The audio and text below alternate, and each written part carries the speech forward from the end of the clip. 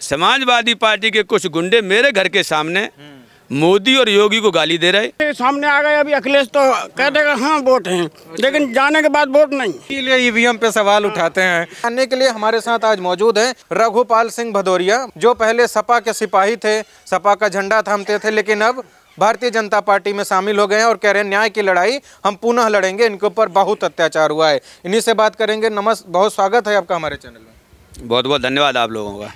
सबसे पहले तो यही जानेंगे कि सिपाही थे, इतने बड़े प्रदेश सचिव के पद पे रहे, उसके बाद भी आप आज भारतीय जनता पार्टी की बात कर रहे हैं। मैं आपको बताना चाहता हूं कि मैं समाजवादी पार्टी का ही सिपाही नहीं रहा। मैं भारतीय सेना का, जो दुनिया में सबसे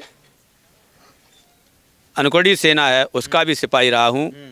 मैं भूतपूर्व सैनिक भी हूं और वही ललक लेके मैं समाज में आया था कि देश सेवा मैंने कर ली है और इसके बाद मैं समाज में जा कर के अपना योगदान दूं।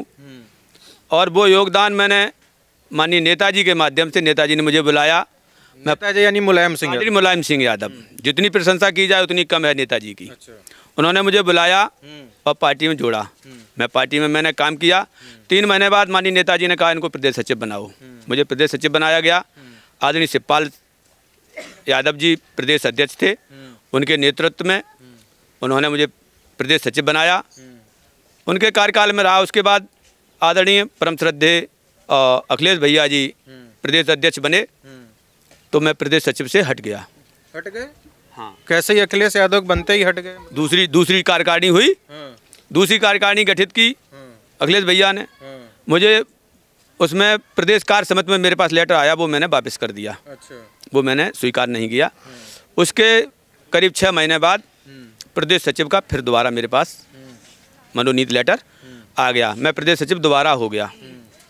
तब से मुझे जहाँ जवाबदारी दी गई पार्टी के मैंने कार्य किया। लेकिन अगर मेरी मन की लालसा रही कि मैं कहीं चुनाव लड़ूं, क्षेत्र पंचायत लड़ूं, जिला पंचायत लड़ूं, तो वहाँ पर मेरे विरोध में कि तुम बैठ जाओ, आप चुनाव नहीं लड़ो। ऐसी मानसिकता से मैं परेशान हुआ। फिर मैं प्रधान, जनता ने मुझे ज़बरदस्ती इनके विरोध में मुझे प्रधान बनाया। मैं प्रधान बना। मैंने प्रधानी 5 वर्ष की। मेरे खिलाफ कई केस हुए, FIR हुई, जिसकी मैंने शिकायत आदरणीय तत्कालीन मुख्यमंत्री आदरणीय अखिलेश यादव जी के पास गया। मैं थोड़ा रोकूंगा क्योंकि इस समय हम करहल में मौजूद हैं। माना जाता है कि यहीं से मुलायम सिंह यादव ने मतलब जब वो पढ़ाते थे, शिक्षक थे, तो शायद जैन इंटर कॉलेज भी यहीं है, यहीं से शुरुआत की थी। लेकिन आप समाजवादी पार्टी में थे, फिर भी आपको क्यों प्रताड़ित किया जाता था? क्यों कहा जाता था कि नहीं आप चुनाव मत लड़िए? किस तरह की बात उस समय होती थी? नेताजी जिस स्कूल में टीचर थे, मैं उसका विद्यार्थी हूँ। अच्छा, शिष्य भी हैं? मैं उनके शिष्य भी हूँ और वो हमारे आदर्श भी हैं, ये कहिए। हाँ, लेकिन उनकी चलती नहीं है पार्टी में, इसलिए ये सब बगावत हो रही है। अच्छा। नेताजी की चलती नहीं है। नेताजी ने तो कह दिया था, मेरा उत्पीड़न हुआ, नेताजी ने कहा, लेकिन उसके बावजूद भी पुलिस मेरे पीछे छापा डाल रही है। मैंने सबसे कहा तो उन्होंने कह दिया कि लड़ते क्यों हो उनसे। इसलिए मेन कारण ये हुआ कि मैं पार्टी से दूरी बनाए रखा। कई वर्ष से मैं किसी मीटिंग में किसी में नहीं जा रहा था, लेकिन मैंने इस्तीफा नहीं दिया था। जब मुझे लगा कि माननीय योगी जी, माननीय मोदी जी देश के प्रति, समाज के प्रति, सभी लोगों के प्रति अच्छा कार्य कर रहे हैं, मैं उनकी नीति और रीत से प्रभावित होकर के राष्ट्रीयता को ध्यान में रखते हुए, चूँकि भूतपूर्व सैनिक होने के नाते रग रग में, रोम रोम में मेरे राष्ट्रीयता भरी हुई है, तो उसको ध्यान में रखते हुए मैंने समाजवादी पार्टी से इस्तीफा दिया है और भारतीय जनता पार्टी माननीय लक्ष्मीकांत वाजपेयी जी के नेतृत्व में लखनऊ में मैंने ज्वाइन की है। और अब मैं बीजेपी का सिपाही हूँ। जो पार्टी मुझे जवाबदारी देगी, जिस प्रत्याशी के लिए देगी, उसका कार्य करूंगा, बीजेपी के लिए कार्य करूंगा और अपने लोगों के लिए तन मन धन से, रोम रोम, खून की बूंद बूंद समर्पित रहेगी। अगर मेरे लोगों को ही सताया जाएगा तो मैं आगे दीवार की तरह खड़ा रहूंगा। अच्छा, आपने जब समाजवादी पार्टी ज्वाइन की थी नेताजी के साथ और आपका जब प्रदेश सचिव बनाया गया, क्या उस समय कुछ जात पात की स्थिति नहीं थी? क्या ये जात पात की स्थिति कब से आ गई कि ठाकुर वर्सेस यादव की स्थिति करहल में कैसे उत्पन्न होने लगी और कब से उत्पन्न होने लगी? मैं बताऊं आपको, मैनपुरी जिला में यहाँ की धरती पर ठाकुर और यादवों के बीच में एक खाई थी। उसी को दूर करने के लिए नेताजी ने मुझे पार्टी में जोड़ा था और मैंने उस बहुत बड़ी टीम बनाई थी। आज गुड्डू चौहान जागीर के ब्लॉक प्रमुख हैं, वो भी मेरे साथ थे। अर्चना राठौर अभी प्रसपा में हैं, वो भी मेरे साथ थी। एक और भुवनेश चौहान, मतलब बहुत बड़ी टीम थी ठाकुरों की, जो मैंने अपने साथ इकट्ठी करके नेताजी के कहने पर, और मैंने यादव और ठाकुर को जो 36 का आंकड़ा था उसको बदल दिया, 63 कर दिया था, मजबूत कर दिया था। जिस पोलिंगों पर, ठाकुरों की पोलिंगों पर इनके 2% 4% भी वोट नहीं पड़ते थे, वहाँ पर या तो ये नंबर 2 पे रहे या नंबर 1 पर जीत के आए, ये मैंने कार्य करके दिया है। लेकिन फिर भी सुनवाई नहीं होती है, तो फिर ऐसी जगह मुझे रहना। और मैं ये कहूँगा कि नेताजी की न चलने की वजह से, नेताजी की अगर चलती तो कोई समस्या नहीं आती। नेताजी की चलती नहीं है, नेताजी की कोई सुनता नहीं है। तो मेरे जैसे लोग, नेताजी को मालूम था कि जमीनी कार्यकर्ता है, उसकी पहचान थी नेताजी को कि जमीनी कार्य करने वाला कौन है। अब न जमीनी कार्यकर्ता की पहचान नहीं है, मक्खनबाजों की पहचान है। इसलिए मैं समाजवादी पार्टी छोड़ करके बीजेपी में आया हूँ। क्या लगता है कि जब से राष्ट्रीय अध्यक्ष अखिलेश यादव बने तब से इस तरह की स्थिति उत्पन्न होने लगी, कि कौन है इसके वजह से? इसका ये है कि अखिलेश यादव स्वयं में अपना नेतृत्व स्वयं नहीं दिखाते हैं, या नेताजी से राय नहीं लेते हैं। अच्छा। माननीय शिवपाल जी से राय नहीं लेते हैं। अगर आपस में तालमेल बिठा के कार्य करें तो आम जनता का उत्पीड़न न हो, इसलिए उत्पीड़न होता है। अब जैसे मैंने बीजेपी ज्वाइन की 21 जनवरी 2022 को ज्वाइन की, कल 23 तारीख थी। 23 तारीख को समाजवादी पार्टी के कुछ गुंडे मेरे घर के सामने मोदी और योगी को गाली दे रहे। अच्छा। हाँ, अखिलेश भैया की जिंदाबाद बोल रहे। तो बोलो, अखिलेश भैया की जिंदाबाद बोलो, समाजवादी पार्टी की जिंदाबाद बोलो, मुझे कोई दिक्कत नहीं, मैंने भी बोली। लेकिन मेरे दरवाजे पर, मेरे घर के सामने योगी को माँ को गाली दोगे, मोदी की माँ को गाली दोगे, योगी को हत्यारा कहोगे, तो मुझे बर्दाश्त नहीं हुआ। मैंने शाम को फिर जाकर के कहा, भाई ये गलत काम है। तो वो लोग तो नशे में थे, यहाँ के कुछ गुंडे। जब देखा कि यहाँ पर माहौल ख़राब हो रहा, मैंने तत्काल कोतवाल साहब को फ़ोन किया। कोतवाल साहब ने हल्का इंचार्ज और कोबरा सब भेजा पुलिस, तो वो गुंडे सब भाग गए। यहाँ पे करहल में जब मैं आंकड़े देख रहा था तो यहाँ 40% आबादी है यादव समुदाय के लोगों की, ठाकुरों के शायद 10% है। तो अगर 40% वाले तांडव मचाएंगे, गाली देंगे, तो कैसे उनका सामना कर पाएंगे आप? सामना करने के लिए कुछ भगवान है, कुछ कानून है, पुलिस भी है, और फिर चुनाव में तो लोकतंत्र है। जहाँ बटन दबेगा तहाँ तो यादव जी नहीं जाएंगे या उनके गुंडे नहीं जाएंगे। बटन दबाने के लिए आम जनता स्वतंत्र है। तो आम मतलब वो पार्टी प्लस आम जनता, ये समाजवादी पार्टी प्लस आल आप कहना चाहते हैं? आल आप, ये चुनाव हो जाएगा, बस शर्ते कि बीजेपी भी सही कैंडिडेट उतारे। अच्छा, एक प्रश्न मैं आपसे लूँगा, क्योंकि मैं जब इटावा में भी जाता हूँ, मैनपुरी में भी जाता हूँ, तो जो पुराने समाजवादी पार्टी के साथ जुड़े हुए लोग हैं वो बताते हैं कि मैं मुलायम सिंह यादव के साथ जेल काटा हूँ, उनका बहुत करीबी रहा हूँ, लेकिन जब से अखिलेश यादव कमान संभाले हैं मेरी सपा में बिल्कुल नहीं सुनी जा रही है। कई उनके रिश्तेदार भी छोड़ के जा रहे हैं। क्या स्थिति उत्पन्न हो गई है जब से अखिलेश यादव कमान संभाले हैं कि पुराने आप जैसे सैनिक छोड़ के चले जा रहे हैं? मेरे जैसे, मैं तो बहुत छोटा सा अदना सा कार्यकर्ता हूँ। बहुत पुराने जो नेताजी के लंगोटिया यार थे, जैसे कटारा के प्रताप सिंह चौहान, इटावा के केपी सिंह चौहान, वो अपनी खटिया पर ठंडी चाय पी रहे हैं, तो रघुपाल सिंह भदौरिया तो कुछ है ही नहीं। क्या ऐसा क्या स्थिति उत्पन्न हो गई? गुंडागिरी होने लगी कि जातिवादिता होने लगा? क्या होने लगा? मैंने अभी कहा ना आपसे, जब पहचान ही नहीं कार्यकर्ता की, जब कार्यकर्ता की पहचान नहीं है। मैंने आपसे कहा था कि मैं जब मुख्यमंत्री के पास गया अपनी शिकायत लेकर के, तो उन्होंने जो कह दिया कि उनके पास भी चला जाया करो जिसकी जिंदाबाद बोलते हो। किसकी जिंदाबाद बोलते थे आप? तो मैं जिंदाबाद बोलता था समाजवादी पार्टी की, जिंदाबाद बोलता था माननीय मुलायम सिंह यादव की, जिंदाबाद बोलता था माननीय शिवपाल यादव की। जब शिवपाल जी का नाम आया सोई वो बोले कि उन्हीं के पास भी चला जाएगा, इन्हीं के लिए मैं कह रहा हूँ। अच्छा, क्या लगता है कि पार्टी के अंदर भी कांटे की टक्कर हो गई थी क्या शिवपाल और अखिलेश में? अब ये मुझे जानकारी नहीं थी, मैं तो अपने आवेश में आके कह गया मैं जिंदाबाद सबकी बोलता हूँ। मुझे अगर ये मालूम होता कि शिवपाल से ये चिढ़ते हैं तो मैं आदरणीय शिवपाल का नाम ही नहीं लेता, तो मेरी बात सुनी जाती। तो वहाँ से आपको ये चीज़ तो पता चल गई होगी कि पार्टी में भी दो धार हो गई है, एक शिवपाल की और एक अखिलेश की। लेकिन अगर हम 2022 के परिदृश्य को देखें तो जो बाहर दिख रहा है कि शिवपाल अखिलेश तो इस बार साथ हैं, इस बार तो मुकाबला योगी के लिए बहुत कट्टर का माना जा रहा है। ऐसा नहीं है, आदरणीय शिवपाल जी भी अंदर से कुंठित हैं। उनको जो मनचाही सीटें नहीं दे रहे हैं। उनके जो सपोर्टर हैं उनको टिकट नहीं मिल रही है, कुछ ही टिकटें मिल रही हैं, तो मन की पीड़ा जाएगी कहाँ। लेकिन आदरणीय शिवपाल जी कद्दावर नेता हैं। और चाचा भतीजे मिल तो गए हैं, कुंठित रहने से फर्क क्या पड़ेगा? या तो मुझे कहने दो। नहीं बोलिए। कद्दावर नेता हैं और आदरणीय मुलायम सिंह यादव के नेताजी के हनुमान है वो। हनुमान है, बिल्कुल वो हनुमान है। और जब हनुमान को ही तिलांजलि दे दी जाएगी तो लंका पे विजय कैसे हो जाएगी? अच्छा, ये मेरा कहना है। करहल में क्या माहौल दिख रहा है आपको? क्योंकि आप पार्टी छोड़े, तमाम लोग भी पार्टी छोड़ रहे हैं, कह रहे हैं कि अखिलेश यादव को हराने के लिए ये पूरी रणनीति रची जा रही है। आपको क्या लगता है? रणनीति तो अपने आप रच जाएगी।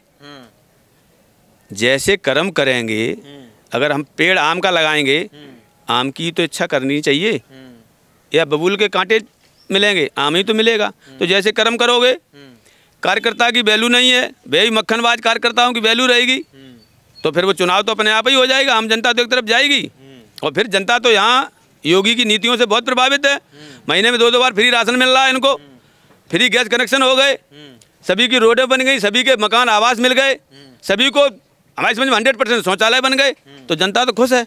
ठीक है, मैं जनता से भी बात करूंगा, लेकिन आपसे अंतिम प्रश्न ये ले लेता हूं कि पहले कयास लगाया गया कि अखिलेश यादव लड़ेंगे आजमगढ़ से, फिर वहां पे जब आंकड़ा सामने आया तो पता चला कि 20% यादवों की संख्या है और 20% तकरीबन मुसलमानों की, यानी कुल मिला के 40%, और यहाँ भी 40% यादवों की है। तो वहाँ छोड़ के वो यहाँ पे आए इसलिए कि सेफ सीट है, लेकिन ऐसे अगर बगावती तेवर आने लगेंगे तो क्या लगता है अखिलेश यादव जीत पाएंगे? मैंने अभी आपसे कहा कि ये टिकट बंटवारे पे काम करेगा। अगर बीजेपी सही टिकट बंटवारा कर लेती है, सही प्रत्याशी उतार देती है, तो इतना आसान नहीं होगा चुनाव। यहाँ पर अजीबोगरीब स्थिति हो जाएगी, हारने की भी स्थिति हो सकती है सही कैंडिडेट मिलने पे। देखो, कोई चीज़ असंभव नहीं है। अच्छा, अखिलेश यादव को हराना संभव है? यहाँ से आदरणीय बाबूराम यादव जी भी आ रहे, ये बात है। यहाँ से दो बार समाजवादी पार्टी हारी है। एक बार शिवमंगल सिंह चौहान कांग्रेस से जीते हैं और एक बार सोबरन सिंह यादव बीजेपी से जीते हैं। 2 बार यहाँ से चुनाव 80 में शिवमंगल सिंह चौहान जीते हैं और सोबरन सिंह यादव शायद 96 में नहीं 2 के आसपास जीते हैं। नहीं, बीजेपी से जीते, बीजेपी से पहली बार विधायक आदरणीय सोबरन सिंह यादव बीजेपी से जीते हैं, उसके बाद सपा में गए हैं। तो ये कोई असंभव नहीं है, ये सब चीज़ संभव है। जीत भाई, उनकी सीट मजबूत है, इसको मैं भी स्वीकार कर रहा हूँ, पूरा प्रदेश स्वीकार कर रहा है कि करहल सीट समाजवादी पार्टी की कर्री सीट है। लेकिन टिकट का सही बंटवारा होने पर समाजवादी पार्टी के वर्षित ऑल जनता और जातियों की चुनाव होगा। आपने जनता की बात करी, जनता से कर लें इजाजत हो तो? जनता से कर लो। हाँ, क्या नाम है आपका? संजय। संजय, यही हैं, करहल के ही हैं? हाँ, करहल के ही हैं। तो आपके यहाँ से अखिलेश यादव चुनाव लड़ रहे हैं, तो तैयारी तो पूरी होगी जिताने की? तैयारी तो सबकी है। किसको जिताने की? जो सही काम करेगा उसी के लिए सब काम होगा। तो अखिलेश यादव ठीक काम वाम कुछ किए हैं? अखिलेश यादव की बात कर रहा हूँ, मुलायम सिंह यादव के बेटे। अखिलेश यादव काम तो कर रहे हैं। एक बात जरूरी है, उनकी यादव लोग हैं बेमक्कारी दहजात। अच्छा, बेमक्कारी दहजात। अच्छा, गुंडाई कर रहे हैं? गुंडाई। आप आ जाइए थोड़ा सा आगे, आपसे। वैसे अखिलेश यादव अपने के लिए सही है। सही है। आपका क्या नाम है? राम प्रताप तिवारी। तो जनता क्या मन बनाई है इस बार करहल की? करहल की जनता बीजेपी में जा रही है। बीजेपी की तरफ। बोलिए, क्या कह रहे हैं? बीजेपी की तरफ मुँह कर रखी है। क्यों बीजेपी की तरफ मुँह कर रहे भाई? 40% यादव हैं, हल्की बात है हराना। बकाया 60% और भी तो है। ये तो बड़ी बात है। करहल के जितने नेता है ना, वो जो है जिन्होंने वो अपना मेन नेता जिनने चुना था, तो वो जो है गुंडा की मदद करता है, सीधी बात है भाई। अच्छा। हाँ। और भाजपा में गुंडाई उंडाई नहीं? नहीं, कुछ नहीं। गुंडा पता नहीं लग रहे हैं, साली कहीं मोटरसाइकिल उठ रही है, कहीं साइकिल उठ रही है, कहीं कुछ नहीं, एकदम रामराज चल रहा है इस टाइम। अच्छा। अब तो ये हालत है। मैं भी यादव हूँ ना। अच्छा, आप यादव हैं? यादव है, मैं भी यादव है, फिर भी अखिलेश यादव से खपा कहें। यहाँ क्यों चुनाव लड़े मालूम है कि नहीं अखिलेश यादव? कह रहे 40% यादव हैं, जीत जाएंगे। जब आप लोग यादव आधा भी नहीं मिलने वाला है। अंदर जब मोहर लगेगी तो पता लगेगा कहाँ वोट जा रहा है, कहाँ जा रहा है। हमको क्या है, आधा भी नहीं मिलना है। वो अपनी हवा है सो भरते रहे कहीं भी पंप की तरह। अच्छा। हाँ, यादव भी परेशान है। यादव को खा रहा है साला। अच्छा, यादव भी परेशान है अखिलेश यादव। और क्या है, चोरियां बंद हो गई हैं रोड पे, कहीं कुछ उठ रहा है, कहीं भैंसें छुट रही हैं, सारी व्यवस्था अब सही चल रही हैं। अच्छा, पहले मैनपुरी, इटावा, फिरोजाबाद ये 3-4 जिले ऐसे थे जो सपा का पक्का गढ़ माना जाता था कि किसी भी कैंडिडेट को उतार दो जीत जाता है। यानी इसका मतलब आप लोग भी वोट देते होंगे। ऐसा क्या हो गया कि अब समाजवादी पार्टी से इतनी नफरत की यादव होके भी नहीं दे रहे हैं? पहले इसलिए देता था कि पहले शुरू में नेताजी की वजह से वोट लोग देते रहे। मुलायम सिंह यादव के परिवार में सब नए लोंडे हो गए, नई खेल हो गई है, कोई मतलब बुजुर्गों की वैल्यू बकत नहीं है, न कोई उनको पूछ रहा है, अपनी मर्जी से काम कर रहे हैं। बस ये हालत है, इसलिए अब आदमी वोट नहीं देगा। मुलायम सिंह यादव की नहीं चल रही है क्या? नहीं चल रही है, उनकी बेचारों की कहाँ चल रही है। अच्छा, वो तो पेंडिंग में डाल दिए पीछे, ब्लैक लिस्ट में। उनका नंबर ब्लैक लिस्ट में है? बिल्कुल। अच्छा, गए उनके तो सब लोग थे ही ये लोग। नया उत्तराधिकारी जब आ गए हैं तो जनता की सेवा तो अब अखिलेश करेंगे ना, कितने दिन मुलायम करेंगे? अरे नहीं, अब नहीं, अब नहीं, नहीं, अब योगी जी आ गए, मोदी जी आ गए, क्या टेंशन है? अब तो हेडिंग फ्री है भाई। आपका क्या नाम है? अनिल कुमार। अनिल कुमार। हाँ सर। आप यादव हैं? नहीं, पंडित हैं। अच्छा, पंडित हैं।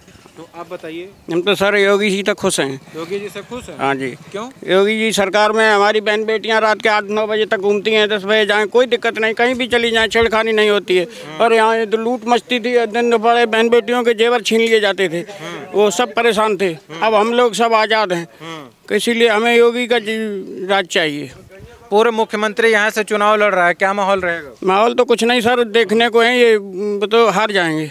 अरे मुख्यमंत्री रहे हैं, विधायक हार जाएंगे कैसे? नहीं, वो तो ऐसा है ना सर, ऐसा यहाँ का माहौल ऐसा है जो देखने को मिल रहा है वो होगा नहीं। अच्छा, हाँ, यहाँ वोट कटेंगे, सब जनता सुखी है, ये सब भाजपा से, तो भाजपा को ही वोट देगी। पॉलिटिकल पंडित जो हैं वो बता रहे थे कि 40% यादव हैं, इसलिए अखिलेश यादव जीत जाएंगे, लेकिन यादव जी तो कह रहे हैं आधा आधा हो जाएगा। नहीं, ऐसे नहीं होगा, यहाँ सब सरकार भाजपा की बनेगी और योगी को ही मिलेगा वोट। अच्छा, हाँ जी।